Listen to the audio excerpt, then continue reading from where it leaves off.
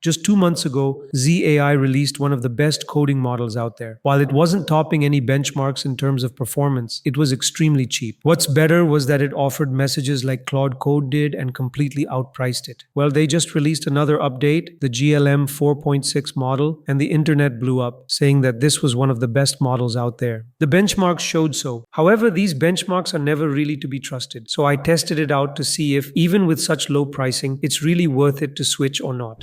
One of the biggest updates with this model is the context window expansion from 128K tokens to 200K tokens, a significant jump in capability. The rest of the updates claim the model is better than the previous version, which we'll be testing by comparing it with Claude models. If you didn't already know, GLM offers coding plans that we'll be comparing with Claude Code. They've also introduced their GLM Coding Max plan, which is honestly a great value option as you'll see. It works with numerous coding tools including Claude Code, OpenDev, Code, Klein, and many others. Here's how it compares. On the most basic $20 plan, you get about 45 messages per hour with GLM Lite. You might notice all the GLM models show double pricing. That's because it's $3 for the first month, then $6 for every month after. So for $6, you're getting anywhere from 50 to 120 messages per hour, depending on the compute power you use. Here's where it gets interesting. Claude's max plan costs $200 and gives you 900 messages per hour, but GLM's plan, just $60 for up to 2,400 messages per hour. Even when running really complex prompts, you're getting the same performance as Claude for $140 less. GLM 4.5 was priced around the same, so it's great they haven't increased the price. But buying a new plan with every model release is starting to put a hole in my wallet. So here's a word from our sponsor, Rabbit CLI. Imagine pushing changes late at night, everything looks fine, then the pipeline fails. Painful, right?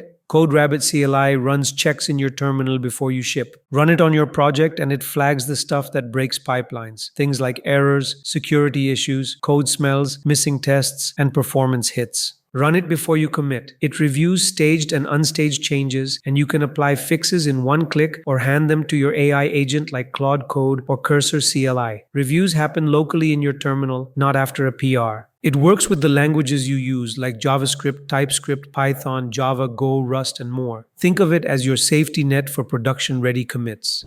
The very first thing I wanted to test between these two was their actual ability in UX design to evaluate the creativity of the model. The second test focuses more on instruction following, testing whether these models can actually follow instructions and implement code as asked. Now, what did I do here? I asked them to implement a full inventory management system in HTML, CSS, and JavaScript. The prompt only included the user requirements, which basically explained how users would use the app and their journey flow. There was no technical information or design guidance provided. It was completely up to them. At the same time, I gave GLM the exact same prompt as well. You can see here that this one is running on API usage billing, while this one is on the Claude Max plan. This one is using Sonnet 4.5, and this one is using GLM 4.6. Now, both models ran, and I'm just going to show you the results. This is what GLM 4.6 came up with, and this is what Sonnet 4.5 came up with. The main goal here is to judge the UX and UI, how they both designed it, and what kinds of mistakes they made. First of all, for Sonnet 4.5, one thing I really like is how it listed the demo credentials. They're shown right here in a pop-up, and if I want to log in as any of the users, I just click on them. Their credentials automatically fill in, and I can sign in instantly. That's really good. The dashboard is pretty minimal. Again, this is built purely in HTML, so there are no charts or animations or anything like that. Here we have our inventory and assignments, showing to whom items are assigned, along with our user database. I also tried to add this AI search functionality, and it actually looks pretty good. The page routing is set up correctly as well, since we can move back and forth between pages without any issues. Now, moving on to what the GLM 4.6 model made. It only gave us this small section about logging in as an admin, team lead, or employee. When we log in as admin, first impressions. The user experience is kind of similar. I don't think we had quick actions in the previous one. Yeah, on the dashboard, we didn't have any quick actions button, so that was added here. Other than that, it's mostly the same. However, this add item button is really out of place. It doesn't belong here. And in terms of UI, I don't like it at all. It's really lacking. Even the HTML implementation was done much better by Sonnet 4.5. When we look at the different sections, you can see it's very bare bones. The UI wasn't well planned out, and there are a lot of mistakes that the stronger model simply didn't make. Let me show you another thing about the GLM model. I made 4 commits. The first was the initial implementation. The second fixed an authentication loop where trying to log in would just redirect back to the login page, so it wouldn't let me sign in. After fixing that, I made another commit to add a mock inventory, which Sonnet 4.5 had already included. But GLM added the mock inventory only on the dashboard. You can see the items filled here now, but not in the inventory itself, which was really odd. So yeah, in terms of creativity, it's pretty clear which one is the better model. If you want creative tasks or UI design, GLM 4.6 isn't the right model. But because it's so cheap, I wanted to see whether it could still perform well in structured implementation. Because let's face it, you're not just blindly building apps. You're building them with comprehensive context engineering. I wanted to see if, with proper context, the performance gap could be minimized, in which case GLM 4.6 might actually be a model worth using.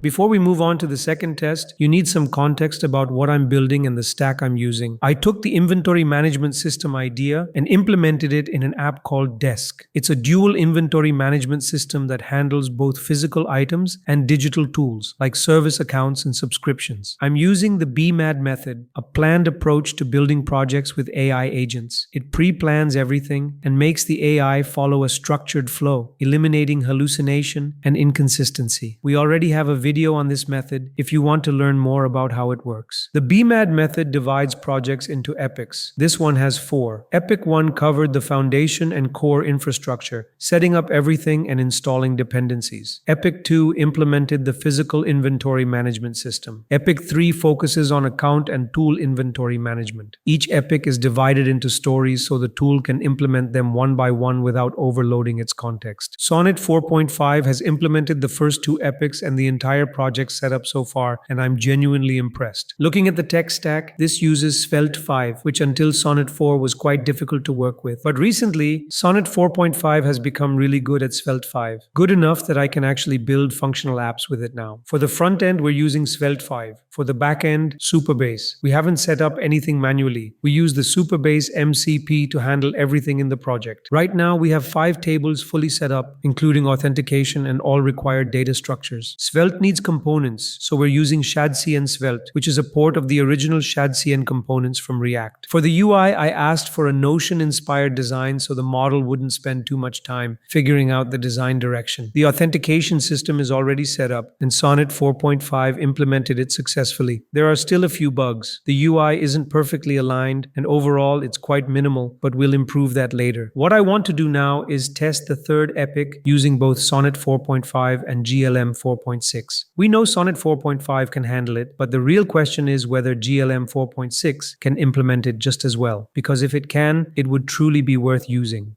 I started the implementation of the third epic, and this is what the Sonnet 4.5 model came up with. The UI isn't as polished as it would have been if it were built with React, because these models are primarily trained on React. But still, it managed to set up everything correctly, just as we expected. The GLM model, on the other hand, wasn't able to set it up correctly. It created all the pages properly, and even the code written in Svelte 5 was technically correct, but there were problems with integration. At first, there was an issue integrating the account button and setting up the basic structure. Once I painstakingly fixed that through multiple reprompts, the account inventory page still ended up being messed up. It managed to do around 90% of the work. To finish the remaining 10%, you'd need to use the Sonnet 4.5 model to properly integrate everything. What that means is, if you plan on getting this model, you might still need the $20 subscription alongside it. If you have unlimited budget, you won't need it at all. But if you're concerned about the bills stacking up from the $200 plan, this could actually be a decent option for you. Now, this entire test was done in Svelte, mainly to figure out how well the model handles complex languages it hasn't been trained on extensively. If it were React, things would have been different. You've seen our GLM 4.5 demo, and that model performed exceptionally well, so this one would do great too. For React apps, if that's all you're working on, this model is a killer option, and honestly, you don't need anything else.